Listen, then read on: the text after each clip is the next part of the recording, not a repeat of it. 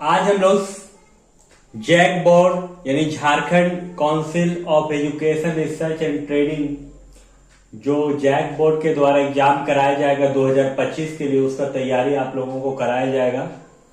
हमारे इंस्टीट्यूट के माध्यम से आप सभी से निवेदन है कि जितना भी मॉडल सेट आपको कराया जाएगा, आप बढ़िया तरीका से यदि मॉडल सेट को कर लेते हैं तो आप एक अच्छा रिजल्ट ला पाइएगा क्लास 11 के लिए। यानी 2025 में जो हम लोग एग्जाम देंगे वो काफी इंपॉर्टेंट होगा आपके लिए मॉडल सेट पेपर। तो आज हम लोग इकोनॉमिक्स कर रहे हैं, सब्जेक्ट है क्लास 11 का, 40 नंबर का 40 क्वेश्चन है, ऑब्जेक्टिव है। और चलिए स्टार्ट करते हैं। लेकिन स्टार्ट करने से पहले आपको बता दें, यदि आप हमारे चैनल में नए हैं तो हमारे चैनल को सब्सक्राइब कर दीजिए ताकि आने वाले वीडियो आपको नोटिफिकेशन मिल जाए और आप अपने लक्ष्य को प्राप्त कर सके। और वीडियो को लाइक कर दीजिएगा, वीडियो को शेयर कर दीजिएगा। तो चलिए वीडियो को स्टार्ट करते हैं, क्योंकि समय नहीं है, काफी लंबा होगा। 40 क्वेश्चन होगा, सभी क्वेश्चन का नंबर एक एक मार्क्स का होगा, यानी 40 नंबर का होगा। यहां पर पहला क्वेश्चन जो है वो आपका निम्नलिखित में से प्रश्नावली की एक विशेषता कौन सी नहीं है। कौन सा विशेषता नहीं होता है? पहला, प्रश्नावली लंबी हो सकती है। प्रश्न में उत्तर का संकेत नहीं मिलना चाहिए। तीसरा, प्रश्नों का क्रम सामान्य से विशिष्ट होना चाहिए। चौथा, प्रश्न स्पष्ट नहीं होना चाहिए। तो यहाँ पर लिखा हुआ क्या, निम्नलिखित में से प्रश्नावली की एक विशेषता कौन सी नहीं होनी चाहिए। तो प्रश्न में उत्तर का संकेत नहीं मिलना चाहिए, नहीं, ऑप्शन बी होना चाहिए। इसका सही आंसर होगा ऑप्शन बी। क्वेश्चन नंबर दूसरा, सांख्यिकी का जनक किसे कहा जाता है? सांख्यिकी का जनक किसे कहा जाता है? ऑप्शन ए में एडम स्मिथ, ग्राटफाइट एकनेवोल, सी में अल्फ्रेड मार्शल और डी में पीसी महालोनोविच। यदि आपका इंडिया रहता तो पीसी होता, यानी ऑप्शन डी हो जाता। जबकि यहां पर इंडिया यानी भारत से सांख्यिकी का जनक नहीं पूछा गया है, सिर्फ सांख्यिकी का जनक पूछा गया है। तो इसका सही आंसर ऑप्शन बी होगा, ग्राटफाइट एकनेवोल। क्वेश्चन नंबर तीसरा, अर्थशास्त्र जीवन के कारगर के संदर्भ में मनुष्य का अध्ययन है। यह कथन किस अर्थशास्त्री का है? ऑप्शन ए में एडम स्मिथ, ऑप्शन बी में ग्राटफाइट एकनेवोल, ऑप्शन सी में अल्फ्रेड मार्शल और ऑप्शन डी में पीसी महालोनोविच। इसका सही आंसर होगा ऑप्शन सी, यानी अल्फ्रेड मार्शल। अब हम लोग आते हैं क्वेश्चन नंबर 4 में, ध्यान से सुनिएगा। मुक्तोत्तर प्रश्न के संबंध में कौन सा कथन सत्य है, नहीं सही है? ऑप्शन ए, सही व्याख्या करना कठिन होता है। दूसरा, उत्तर का विकल्प में मौजूद होता है। सी में उत्तर में समानता पाई जाती है। डी में स्कोर करना कठिन हो जाता है। तो सही इसका आंसर होगा क्वेश्चन नंबर 4 का, सही व्याख्या करना कठिन हो जाता है। यानी आप जो मुक्तोत्तर प्रश्न के संबंध में कौन सा कथन सही है, ऑप्शन ए होगा। क्वेश्चन नंबर 5, पारस का क्या अर्थ है? पारस का क्या अर्थ है? ऑप्शन ए में अधिकतम और न्यूनतम प्रशिक्षणों के बीच का अंतर, बी में अधिकतम और न्यूनतम प्रशिक्षणों के बीच का योग, सी में अधिकतम और न्यूनतम प्रशिक्षणों के बीच का औसत और डी में न्यूनतम और अधिकतम प्रशिक्षणों के बीच का अंतर। तो क्वेश्चन नंबर 5 का सही आंसर होगा ऑप्शन ए, अधिकतम और न्यूनतम प्रशिक्षणों के बीच का अंतर। क्वेश्चन नंबर 6,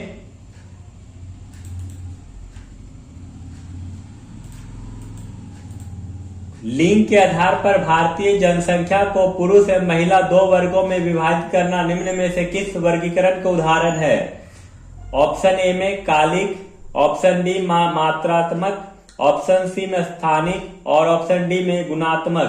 तो क्वेश्चन नंबर 6 का सही आंसर होगा ऑप्शन सी, स्थानिक।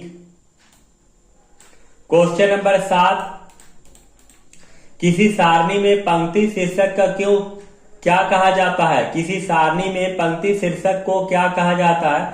ऑप्शन ए उप शीर्षक, ऑप्शन बी शीर्षक, ऑप्शन सी अवशीर्ष और ऑप्शन डी स्तंभ शीर्षक। यानी क्वेश्चन नंबर 7 का सही आंसर होगा ऑप्शन सी यानी अवशीर्ष। क्वेश्चन नंबर 8, आयत चित्र किस प्रकार के चर के लिए बनाए जाते हैं? ऑप्शन ए सतत चर, ऑप्शन बी विभक्त चर, ऑप्शन सी सतत चर और विभक्त चर दोनों पर, ऑप्शन डी इनमें से कोई नहीं। क्वेश्चन ए का सही आंसर होगा ऑप्शन ए सतत चर। क्वेश्चन नंबर 9, क्वेश्चन नंबर 9 में बोल रहा है सभी प्रेक्षणों के मूल्य के योग को प्रेक्षणों की संख्या से भाग देने पर प्राप्त भागफल को क्या कहा जाता है? समांतर माध्य, ऑप्शन बी में माध्यिका, ऑप्शन सी में गुणोत्तर माध्य, ऑप्शन डी में बहुलक। तो इसका सही आंसर होगा ऑप्शन ए समांतर माध्य मीन होता है। क्वेश्चन नंबर 10, निम्नलिखित में से किस औसत की गणना करने के लिए आंकड़ों को बढ़ते क्रम में रखना अनिवार्य होता है? ऑप्शन ए समांतर माध्य, ऑप्शन बी माध्यिका, ऑप्शन सी गुणोत्तर माध्य, ऑप्शन डी बहुलक। तो ऑप्शन बी होगा यानी माध्यिका मीडियन होता है। क्वेश्चन नंबर 11, निम्नलिखित में से कौन सा औसत दिए गए आंकड़े के चर के बराबर भागों में विभाजित किया जाता है? ऑप्शन ए समांतर माध्य, ऑप्शन बी माध्यिका, ऑप्शन सी चतुर्थक, ऑप्शन डी बहुलक। तो क्वेश्चन इसका सही आंसर होगा चतुर्थक यानी क्वार्टाइल। क्वेश्चन नंबर 12, मानक विचलन के सापेक्ष माप को क्या कहा जाता है? ऑप्शन ए पारस गुणांक, ऑप्शन बी विचरक गुणांक, ऑप्शन सी विचलन गुणांक, ऑप्शन डी इनमें से कोई नहीं। क्वेश्चन नंबर बी का सही आंसर होगा ऑप्शन डी इनमें से सभी, all of the. Question number 13, निम्नलिखित में से किस माप की गणना में प्रश्नों के औसत से विचलनों के निरपेक्ष मान को लिया जाता है? ऑप्शन ए पारस, ऑप्शन बी माध्य विचलन, ऑप्शन सी मानक विचलन, ऑप्शन डी इनमें से सभी। तो 13 नंबर का सही आंसर होगा ऑप्शन बी माध्य विचलन। क्वेश्चन नंबर 14, यदि किसी आंकड़े को मानक विचलन 16 तथा समांतर माध्य 50 है तो विचरण गुणांक का मान क्या होगा? Option A 16%, option B 50%, option C 0.32%, option D 32%। देखिए इसको निकालने के लिए आपको क्या करना होगा? इसको निकालने के लिए हम लोग यहां पर इसको निकालेंगे किस तरह से, तो इसको 16 को ऊपर लिखेंगे और इंटू करेंगे 100 से और डिवाइड देंगे 50 से। जो आपका मानक विचलन उसको इंटू करना 100 से और समांतर माध्य 50 से डिवाइड देंगे तो इसका सही आंसर होगा ऑप्शन डी, यानी ये इसका सही आंसर होगा ऑप्शन डी 32%। क्वेश्चन नंबर 14 हो गया। क्वेश्चन नंबर 15 में आते हैं, सहसंबंध गुणक के दो चरों के बीच किस प्रकार के सहसंबंध का संख्यात्मक माप है? ऑप्शन ए आरेखीय संबंध, ऑप्शन बी रेखीय संबंध, ऑप्शन सी दोनों रेखीय तथा अरेखीय संबंध, ऑप्शन डी इनमें से कोई नहीं। तो क्वेश्चन नंबर 15 का सही आंसर होगा ऑप्शन बी रेखीय संबंध। क्वेश्चन नंबर 16 में बोल रहा है यदि दो चरों के बीच सहसंबंध पूर्णक धनात्मक है तो सहसंबंध गुणांक का मान क्या होगा? Option A 0, option B 1, option C -1, option D 0.9। तो इसका सही आंसर होगा ऑप्शन बी यानी 1। क्वेश्चन नंबर 17 में बोलता है कोटि सहसंबंध के विकास का श्रेय किसे जाता है? क्वेश्चन नंबर 17 में बोलता है कोटि सहसंबंध का विकास का श्रेय किसे जाता है? Option A Karl Pearson, option B Fisher, option C Spearman, option D Adam Smith. तो यानी क्वेश्चन नंबर सी का स्पीयरमैन होगा ऑप्शन सी सही आंसर। क्वेश्चन नंबर 18, निम्न में से कौन सा सूचकांक खुदरा कीमतों में औसत परिवर्तन को मापता है? खुदरा कीमतों के औसत को कौन सा मापता है? ऑप्शन ए संवेदी सूचकांक, ऑप्शन बी थोक कीमत सूचकांक, ऑप्शन सी औद्योगिक उत्पादन सूचकांक, ऑप्शन डी उपभोक्ता कीमत सूचकांक। यानी क्वेश्चन डी का 18 का सही आंसर होगा उपभोक्ता कीमत सूचकांक। क्वेश्चन नंबर 19, लेस्पेयर का कीमत सूचकांक में किसे भार के रूप में प्रयोग किया जाता है? वर्तमान अवधि की कीमत, ऑप्शन बी वर्तमान अवधि की मात्रा, ऑप्शन सी आधार अवधि की कीमत, ऑप्शन डी आधार अवधि की मात्रा। यानी क्वेश्चन नंबर 19 का सही आंसर होगा ऑप्शन डी आधार अवधि की मात्रा। क्वेश्चन नंबर 20, मदों के सापेक्षिक महत्व को बताने वाले सूचकांक को क्या कहा जाता है? ऑप्शन ए सरल सामूहिक सूचकांक, ऑप्शन बी सरल मूल्यानुपात सूचकांक, ऑप्शन सी भारित सूचकांक, ऑप्शन डी इनमें से सभी। तो क्वेश्चन नंबर बी का सही आंसर होगा इनमें से सभी। क्वेश्चन नंबर 21, अर्थव्यवस्था को प्राथमिक क्षेत्र किस से संबंधित है? उद्योग, ऑप्शन ए बी में कृषि से, ऑप्शन सी सेवा से, ऑप्शन डी विनिर्माण से। तो सही आंसर होगा कृषि, यानी ऑप्शन बी। क्वेश्चन नंबर 21 का सही आंसर होगा ऑप्शन बी। 22 नंबर, योजना आयोग का गठन किस वर्ष किया गया था? Option A 1935, option B 1938, option C 1950 और ऑप्शन डी 1948। तो क्वेश्चन नंबर 22 का सही आंसर होगा 1950। क्वेश्चन नंबर 23, भारत की अंतिम पंचवर्षीय योजना कौन सी थी? ऑप्शन ए 10वीं, ऑप्शन बी 11वीं, ऑप्शन सी 12वीं और ऑप्शन डी 13वीं। तो 23 नंबर का सही आंसर होगा 12वीं पंचवर्षीय योजना था। क्वेश्चन नंबर 24 में भारत में नई आर्थिक नीति की शुरुआत किस वर्ष की गई थी? Option A 1975, option B 1988, option C 1991, option D 1998। तो 24 नंबर का सही आंसर होगा ऑप्शन सी 1991। अब हम लोग आते हैं क्वेश्चन नंबर 25, विनिवेश का उद्देश्य क्या है? पहला वित्तीय अनुशासन बढ़ाना, दूसरा आधुनिकीकरण में सहायता देना, तीसरा सरकार द्वारा आय एकत्रित करना, चौथा इनमें से सभी। तो क्वेश्चन नंबर 25 का सही आंसर होगा इनमें से सभी। क्वेश्चन नंबर 26, विश्व व्यापार संगठन WTO यानी वर्ल्ड ट्रेड ऑर्गेनाइजेशन की स्थापना किस वर्ष की गई थी? Option A 1990, option B 1995, option C 1955, option D 2001। तो क्वेश्चन नंबर 26 का सही आंसर होगा 1995।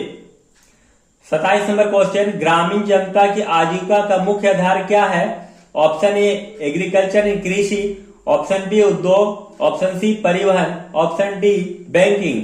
तो क्वेश्चन नंबर 27 का सही ऑप्शन ए है कृषि। क्वेश्चन नंबर 28, निम्न में से कौन सा देश कपास का सबसे बड़ा उत्पादक देश है? Option A Pakistan, option B Sri Lanka, option C Bhutan, option D Bharat. तो सही आंसर होगा option D Bharat. Question number 29 में महात्मा गांधी राष्ट्रीय ग्रामीण रोजगार गारंटी अधिनियम किस वर्ष पारित हुआ था? Option A 2004, option B 2005, option C 2007 और ऑप्शन डी 2011। तो क्वेश्चन नंबर 29 का सही आंसर होगा ऑप्शन बी 2005। 30 नंबर क्वेश्चन में निम्न में से कौन सा मानव पूंजी नहीं है? Option A engineer, option B computer, option C doctor, option D शिक्षक। तो क्वेश्चन नंबर 30 का सही आंसर होगा कंप्यूटर। क्वेश्चन नंबर 31, मानव विकास है किसका? ऑप्शन ए एक साधन का, ऑप्शन बी एक साध्य का, ऑप्शन सी साधन और साध्य दोनों का, ऑप्शन डी इनमें से कोई नहीं। तो क्वेश्चन नंबर 31 का सही आंसर होगा दोनों, यानी साधन और साध्य, ऑप्शन सी। क्वेश्चन नंबर 32, ज्ञान आधारित अर्थव्यवस्था के रूप में भारत के रूपांतरित होने के लिए निम्न में से कौन सा कारक उत्तरदायी है? ऑप्शन ए परिवहन और विकास, ऑप्शन बी शहरीकरण, ऑप्शन सी सूचना और प्रौद्योगिकी का विकास, ऑप्शन डी इनमें से कोई नहीं। तो क्वेश्चन नंबर 32 का सही आंसर होगा डी, इनमें से सभी। क्वेश्चन नंबर 33 आधारिक संरचना के अंतर्गत आता है। ऑप्शन ए बिजली, ऑप्शन बी सिंचाई, ऑप्शन सी सड़कों का निर्माण, ऑप्शन डी उपयुक्त सभी। तो क्वेश्चन नंबर 33 का सही आंसर होगा ऑप्शन डी उपयुक्त सभी। क्वेश्चन नंबर 34 क्षेत्रीय ग्रामीण बैंक की स्थापना किस वर्ष हुई थी? Option A 1969, option B 1975, option C 1985, option D 1990। तो क्वेश्चन नंबर 34 का सही आंसर होगा ऑप्शन बी 1985। क्वेश्चन नंबर 35 ग्रामीण श्रम बल का अनुपात शहरी श्रम बल की तुलना में क्या है? अधिक है, कम है, ऑप्शन सी बराबर है, ऑप्शन डी इनमें से कोई नहीं। तो क्वेश्चन नंबर 35 का ऑप्शन ए होगा अधिक।